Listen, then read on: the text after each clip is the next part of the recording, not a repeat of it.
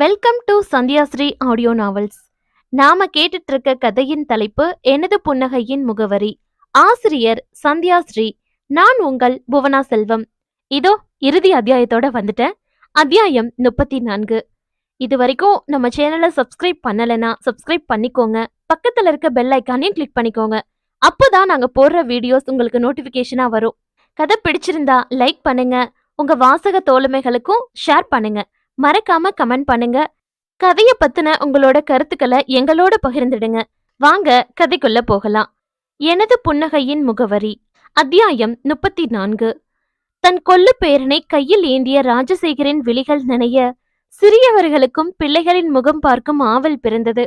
அவர்களது உயரத்திற்கு ஏற்றாற்போல் சேரில் தாத்தாவை உட்காரச் சொல்லி குழந்தையோடு அவரின் அருகே அமர்ந்து, டே பசங்களா, எனக்கு மகளும் மகனும் பிறந்திருக்காங்கடா என்றான் மனோ. வாண்டுவின் முகத்தில் பூரண ஒளி வீச, குட்டீஸ், வெல்கம் டு அவர் விளையாட்டு பாய்ஸ் சங்கம். ஐவரும் வரவேற்க 2 பேரையும் பார்த்த சிறுவர்கள், சூப்பரா இருக்காங்க மாமா என்றனர்.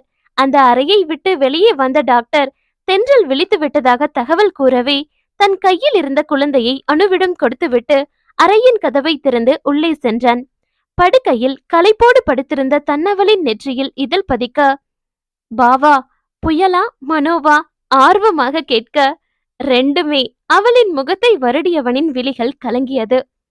உன்னை ரொம்பவே கலங்க வச்சிட்டேன் இல்ல என்று கேட்க, இடமும் வளமாக தலையசைத்து மறுத்தவள், நமக்கு குழந்தைங்க இருக்காங்க, இனி அவங்க நம்மள வழி நடத்த போறாங்கன்ற சந்தோஷத்துல இருக்கேன் பாவா என்றவளின் விழிகளிலும் கண்ணீர் திரையிட்டது. அவங்க காட்டுற வழியில நம்ம போவோமா? நம்மள பார்த்து அவங்க 2 பேரும் அருந்தவாளா மாற போறாங்களா? யாருக்கு தெரியும்? அவன் சோகமாக சொல்ல, அதென்னவோ உண்மைதான் என வாய் விட்டு சிரித்தாள். அடுத்த 1 மாதமும் மனோவிற்கு தென்றலை விட்டு நகர நேரமின்றி போனது. 2 குழந்தைகள் என்பதால் ஒருவர் தூங்கினால் மற்றொருவர் விழித்திருக்க வேண்டிய கட்டாயம் ஏற்பட்டது. மழலைகளின் அழுகுரல் வீடெங்கும் சங்கீதமாக ஒலித்தது. 1 மாதம் சென்ற நிலையில் தன் இல்லத்தில் மழலைகளுக்கு பெயர் சூட்டும் விழாவினை ஏற்பாடு செய்தான். அதற்கான வேலையில் மற்றவர்கள் ஈடுபட்டிருந்தனர். மகள் மற்றும் மகனை தயார் செய்யும் பொறுப்பை கணவனிடம் ஒப்படைத்து விட்டு தென்றல் குளித்துவிட்டு பட்டு புடவையில் தயாராகி கொண்டிருந்தாள். மகனது சிரிப்பில் மனம் மயங்கிய மனோ, என் புயல் மாதிரி சிரிப்ப பாரு, நெற்றியில் இதழ் பதித்து உடையை மாற்றிவிட மற்றொரு பக்கம் மகள் சினுங்கும் சத்தம் கேட்டது. தம்பிய தூக்குனதும் அக்காவுக்கு பொறாம வந்துடுமே, என் செல்லத்துக்கு தூக்கம் போயிடுச்சா? பேச்சு கொடுத்தபடி மகனை படுக்கையில் படுக்க வைத்து மகளுக்கு உடை மாற்றினான். கணவனின் உரையாடலை கண்ணாடி வழியாக ரசித்த தென்றலின் மனம் முதல் நாள் அவனை சந்தித்த நாளை நோக்கி பயணித்தது. அன்றிருந்த மனோவிற்கும் இப்போது தன் கண்முன்னே இருப்பவனுக்கும் இடையேயான வித்தியாசங்களை உணர்ந்த அவளின் இதழ்களில் புன்னகை அரும்பியது. அவளது சிரிப்பு சத்தம் கேட்டு, இப்ப எதுக்காக சிரிக்கிற? குழந்தைகளை தொட்டிலில் போட்டுவிட்டு அவள் அருகே வந்தான் மனோ.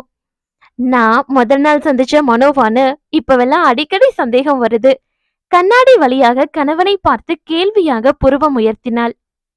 அவளை தன் பக்கம் திருப்பி, இதுக்கெல்லாம் காரணம் இந்த அருந்த வாளுதான் என்று முத்தமிட நெருங்கிய போது அவனிடமிருந்து வேகமாக விலகியவள், நான் அருந்த வாளுனா நீங்க யாரு? அவனை அடிக்க துரத்தினாள் தென்றல். அடியை, எதுவா இருந்தாலும் பேசி தீர்த்துக்கலாம். அவளின் கைக்கு சிக்காமல் போக்கு காட்டிவிட்டு கடைசியில் தானாகவே சென்று அவளிடம் சரணடைந்தான். ஆசை தீர அடித்தவளின் மூக்கை பிடித்து ஆட்டி, 2 குழந்தைகளுக்கு தகப்பன்கிறத மறந்து உன்னோட சரிக்கு சரி விளையாடிட்டு இருக்கும் போதே தெரியலையா நானும் அருந்த வாளுன்னு? இடது புருவத்தை ஏற்றி இறக்கினான். கணவனின் மீசையை முறுக்கிவிட்டு, என் பாவா எப்பவும் இப்படித்தான் இருக்கணும். நம்ம குழந்தைங்க வளர்ச்சியும் பெற்றவர்களான நம்ம சந்தோஷம் பொறுத்துதான் இருக்கு. அவளின் கரங்கள் அவன் கழுத்தில் மாலையாக கோர்த்தது. மனோ தன்னவளின் இதழ் நோக்கி குனிய, பாப்பாவை ரெடி பண்ணிட்டியா என்றபடி அறைக்குள் சாருலத்தான் நுழைய சற்றென்று சுதாரித்து விலகினான். ஒரு முத்தம் கொடுக்க எத்தனை தடங்கள்! சத்தமாகவே முணுமுணுக்க தென்றலின் முகம் வெட்கத்தில் சிவந்தது. அவன் சொன்னது சாருவின் காதில் தெளிவாக விழவே, டேய், நீ 2 குழந்தைகளுக்கு தகப்பேண்டா, அது முதல்ல ஞாபகம் இருக்கா? பொய் கோபத்தோடு கேட்டாள். அதை காதிலேயே வாங்காமல், அதுக்காக என்ன செய்யணுங்கிற?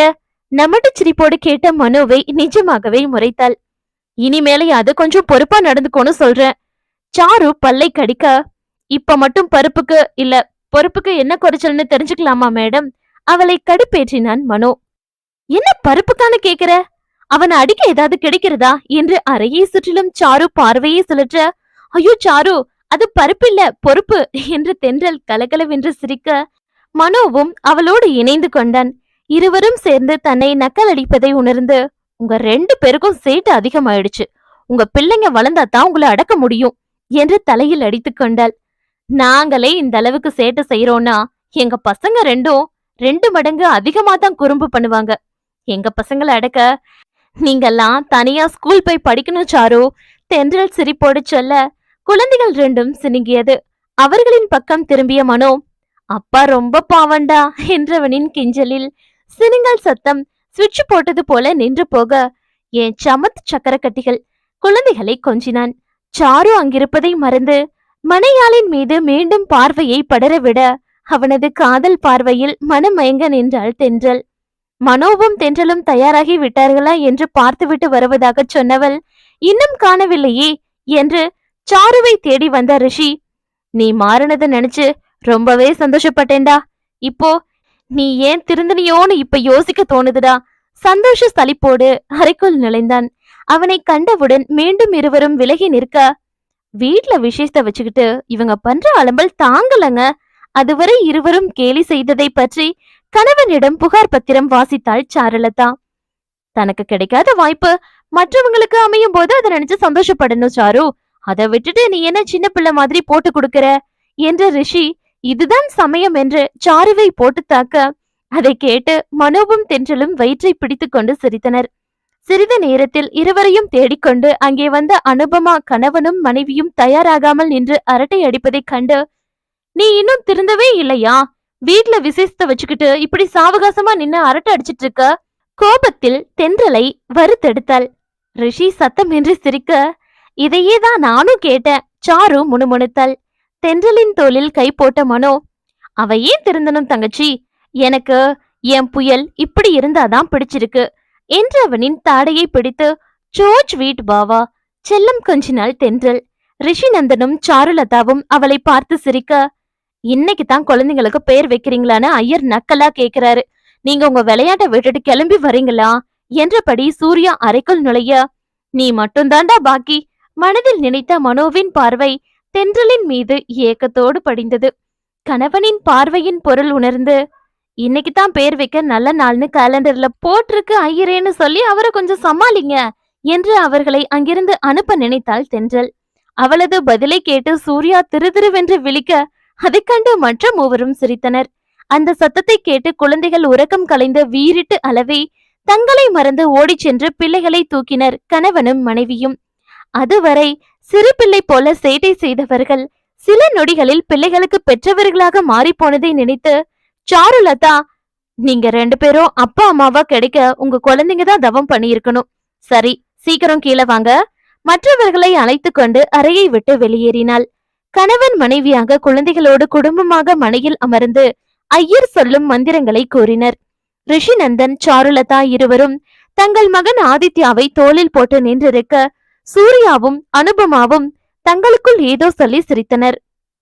தன்னுடைய 2 மகன்களும் ஒற்றுமையோடு அவரவர் வாழ்க்கை துணையோடு சந்தோஷமாக இருப்பதைக் கண்டு ரவிச்சந்திரன் மனம் மகிழ்ச்சியடைய, அவருக்கு பக்கத்தில் முகமலர நின்றிருந்தார் கோமதி.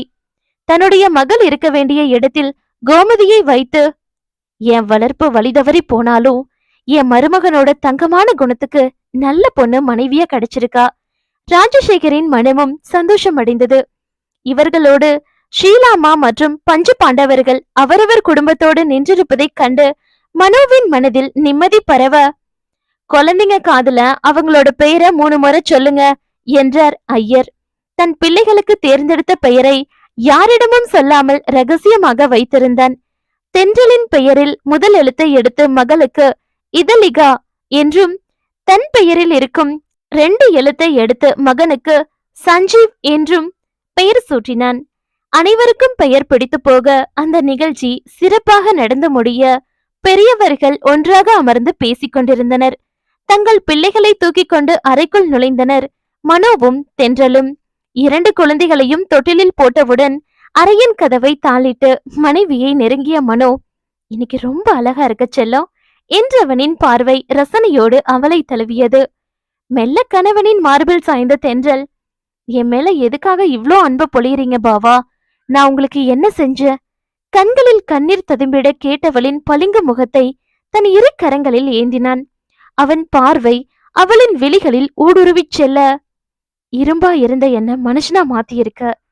வாழ்க்கையில கஷ்டத்தை மட்டுமே அனுபவிச்ச என்ன சந்தோஷத்தோட உச்சியத்தோட வச்சிருக்க. இதை விட வேறென்ன செய்யணும்? கன்னத்தில் வழிந்த கண்ணீரை பெருவிரலால் துடைத்தான்.